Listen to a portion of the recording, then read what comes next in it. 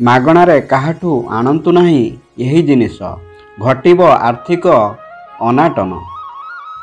ବନ୍ଧୁଗଣ, ମାଗଣାରେ ବା ବିନା ମୂଲ୍ୟରେ କିଛି ଜିନିଷ ମିଳିଗଲେ ଆମେ ଖୁବ୍ ଖୁସି ହୋଇଥାଉଁ। ହେଲେ ଏପରି କିଛି ଜିନିଷ ଅଛି ଯାହାକୁ ମାଗଣାରେ ମିଳିଲେ ବି ଗ୍ରହଣ କରିବା ଉଚିତ ନୁହେଁ, କାରଣ ଏହାଦ୍ୱାରା ମାଡ଼ି ଆସିବ ବିପତ୍ତି, ପିଛା ଛାଡ଼ିବନି ଆର୍ଥିକ ଦୁର୍ଗତି। ଜାଣନ୍ତୁ, ବାସ୍ତୁଶାସ୍ତ୍ର ଅନୁଯାୟୀ କେଉଁ ଜିନିଷକୁ ମାଗଣାରେ ଗ୍ରହଣ କରିବା ଉଚିତ ନୁହେଁ। ଲୁଣକୁ ଶନି ଦେବତାଙ୍କ ସହ ଯୋଡ଼ା ଯାଇଛି, ତେଣୁ ଏହାକୁ କେବେ ବି ମାଗଣାରେ ଗ୍ରହଣ କରନ୍ତୁ ନାହିଁ। ଏହାଦ୍ୱାରା ଘରେ ସବୁବେଳେ ଆର୍ଥିକ ଅନାଟନ ଲାଗି ରହିବ, ଘରର ସୁଖ ସମୃଦ୍ଧି ବାଧାପ୍ରାପ୍ତ ହୋଇଥାଏ। ମାଗଣାରେ ଗ୍ରହଣ କରିଥିବା ଛୁଞ୍ଚିକୁ କେବେ ବି ଘରେ ପ୍ରବେଶ କରାନ୍ତୁ ନାହିଁ କି ଏହାର ବ୍ୟବହାର କରନ୍ତୁ ନାହିଁ, କାରଣ ମାଗଣାରେ ମିଳିଥିବା ଛୁଞ୍ଚି ଜୀବନରେ ସବୁବେଳେ ନକାରାତ୍ମକ ପ୍ରଭାବ ପକାଇଥାଏ। ଉପହାରରେ ମିଳିଥିବା ରୁମାଲ ବି କେବେ ଗ୍ରହଣ କରନ୍ତୁ ନାହିଁ, କାରଣ ବିନା ମୂଲ୍ୟରେ ଅନ୍ୟ କାହାଠାରୁ ରୁମାଲ ବ୍ୟବହାର କଲେ ଘରେ ବାସ୍ତୁଦୋଷ ଦେଖା ଦେଇଥାଏ। ଏପରିକି ପରିବାର ସଦସ୍ୟଙ୍କ ମଧ୍ୟରେ ସମ୍ପର୍କ ବିଗିଡ଼ି ଯାଇଥାଏ, ଫଳରେ ଘରର ସୁଖ ଶାନ୍ତି ହଜିଯାଇଥାଏ। ଜ୍ୟୋତିଷ ଶାସ୍ତ୍ର ଅନୁଯାୟୀ ଲୁହାର ସମ୍ପର୍କ ଶନି ଏବଂ ରାହୁଙ୍କ ସହିତ ଅଛି, ତେଣୁ ମାଗଣାରେ ପାଇଥିବା ଲୁହାକୁ ଘରେ ବ୍ୟବହାର କଲେ ଘରର ଆର୍ଥିକ ସ୍ଥିତି ବିପର୍ଯ୍ୟସ୍ତ ହୋଇଥାଏ। ତେଣୁ ମାଗଣାରେ ଏସବୁ ଜିନିଷ ପାଇଲେ ଆପଣ ଏହାକୁ ଗ୍ରହଣ କରିବାକୁ ବା ଘରକୁ ନେବାକୁ ଭୁଲ କରନ୍ତୁ ନାହିଁ, କାରଣ ସାମାନ୍ୟ ଲୋଭ ପାଇଁ ଆପଣଙ୍କ ଘରର ସୁଖ ଶାନ୍ତି ହଜିଯାଇପାରେ। ଘର ମନ୍ଦିରରେ ଏହି ତିନିଟି ଜିନିଷ ଯଦି ରଖିଛନ୍ତି ତାହେଲେ ଜଲ୍ଦି ବାହାର କରିଦିଅନ୍ତୁ, ନହେଲେ ପୁରା ପରିବାର ବର୍ବାଦ ହୋଇଯିବ। ବନ୍ଧୁଗଣ, ଘରେ ସୁଖ ସମୃଦ୍ଧି ବଜାୟ ରଖିବା ପାଇଁ ପୂଜା ପଦ୍ଧତି କରିବା ଏବଂ ପୂଜା ଘରେ କିଛି ବିଶେଷ ଜିନିଷ ପ୍ରତି ନିହାତି ଧ୍ୟାନ ଦେବା ଆବଶ୍ୟକ। ପ୍ରତ୍ୟେକ ହିନ୍ଦୁ ଘରେ ଗୋଟିଏ ପୂଜା ଘର ରହିବା ନିତାନ୍ତ ଜରୁରୀ ଅଟେ। ପୂଜା ଘରେ ଲୋକେ ଦେବାଦେବୀଙ୍କ ମୂର୍ତ୍ତି କିମ୍ବା ଫଟୋ ବ୍ୟତୀତ ପୂଜାରେ ଲାଗୁଥିବା ଅନେକ ଜିନିଷ ମଧ୍ୟ ରଖିଥାନ୍ତି, କିନ୍ତୁ କିଛି ଏପରି ଜିନିଷ ଅଛି ଯାହାକୁ ପୂଜା ଘରେ ରଖିବା ଦ୍ୱାରା ନକାରାତ୍ମକତା ସୃଷ୍ଟି ହୋଇଥାଏ ଏବଂ ଜୀବନ ଉପରେ ଏହାର ଖରାପ ପ୍ରଭାବ ପଡ଼ିଥାଏ। ଅନେକ ଲୋକ ଏଭଳି ଅନେକ ଜିନିଷ ରଖି ତାହାକୁ ଧାର୍ମିକ ଭାବି ତାହାର ପୂଜା କରିଥାନ୍ତି, କିନ୍ତୁ ଶାସ୍ତ୍ର ଅନୁଯାୟୀ କିଛି ଜିନିଷ ଠାକୁର ଘରେ ରଖିବା ଦ୍ୱାରା ପାପ ହୋଇଥାଏ, ଯେଉଁ ବିଷୟରେ ଆଜି ମୁଁ ଆପଣଙ୍କୁ କହିବାକୁ ଯାଉଛି। ଏକ ଦୀପ ଏବଂ ଧୂପଦାନୀ।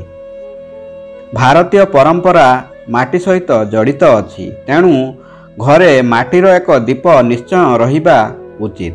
ନଚେତ ଆପଣ ଧାତୁ ନିର୍ମିତ ଦୀପ ମଧ୍ୟ ଜାଳିପାରିବେ, ନଚେତ ଆପଣ ଚାହିଁଲେ ଗୋବର ଘଷି ଉପରେ ଧୂସ ଜାଳି ପାରିବେ।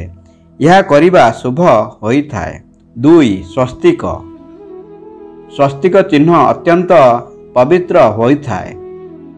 ସ୍ୱସ୍ତିକ ଚିହ୍ନ ଘରର ପୂଜା ଘରେ କିମ୍ବା ଘର ଦ୍ୱାରରେ ରଖିବା ଉଚିତ, ଯାହାଦ୍ୱାରା ଘରେ ସୁଖ ସମୃଦ୍ଧି ସୌହାର୍ଦ୍ଦ୍ୟ ବଜାୟ ରହେ। 3. କଳସ। କଳସ ସୁଖ ସମୃଦ୍ଧିର ପ୍ରତୀକ ଅଟେ।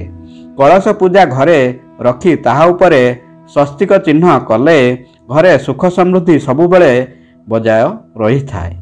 4. ଶଙ୍ଖ। ଶାସ୍ତ୍ର ଅନୁଯାୟୀ ସମୁଦ୍ର ମନ୍ଥନ ସମୟରେ ଶଙ୍ଖର ଉତ୍ପତ୍ତି ହୋଇଥିଲା।